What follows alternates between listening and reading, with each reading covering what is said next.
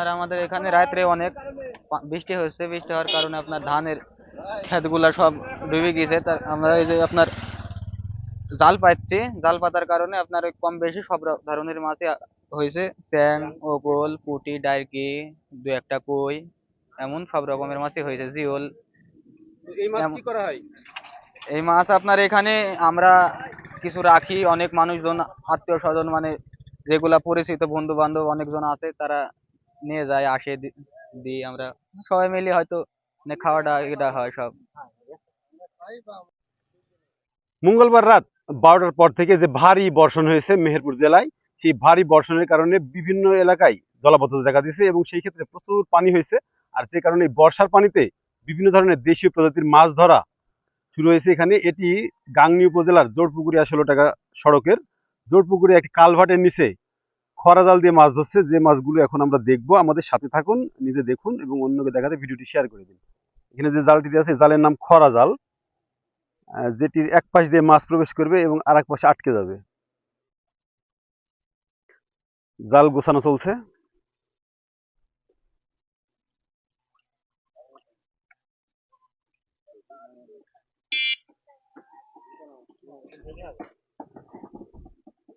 দেখা যাক এর মধ্যে কি ধরনের মাছ পাওয়া যায় আজকে।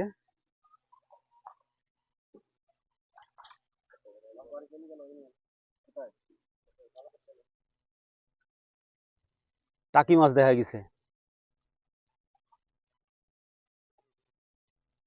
মাছ জাল গোছানো হয়ে গেছে। মাছ এদের জাল উপরে উঠছে, এরপরে আমরা দেখবো যে জালের মধ্যে কি ধরনের মাছ আছে। জাল খোলা হচ্ছে, সবগুলো দেশি প্রজাতির মাছ।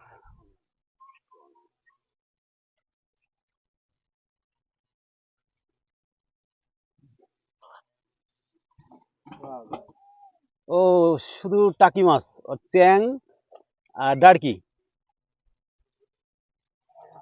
ময়া মাছ আছে এর মধ্যে, এবং টাকি মাছগুলো, কই মাছ নাই, চিংড়ি আছে।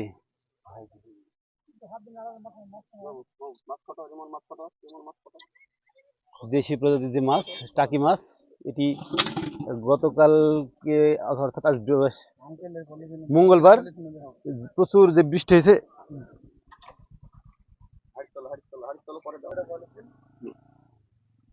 এখন চলছে মাছ পাত্রে তোলার কাজ। সবগুলো দেশি প্রজাতির মাছ।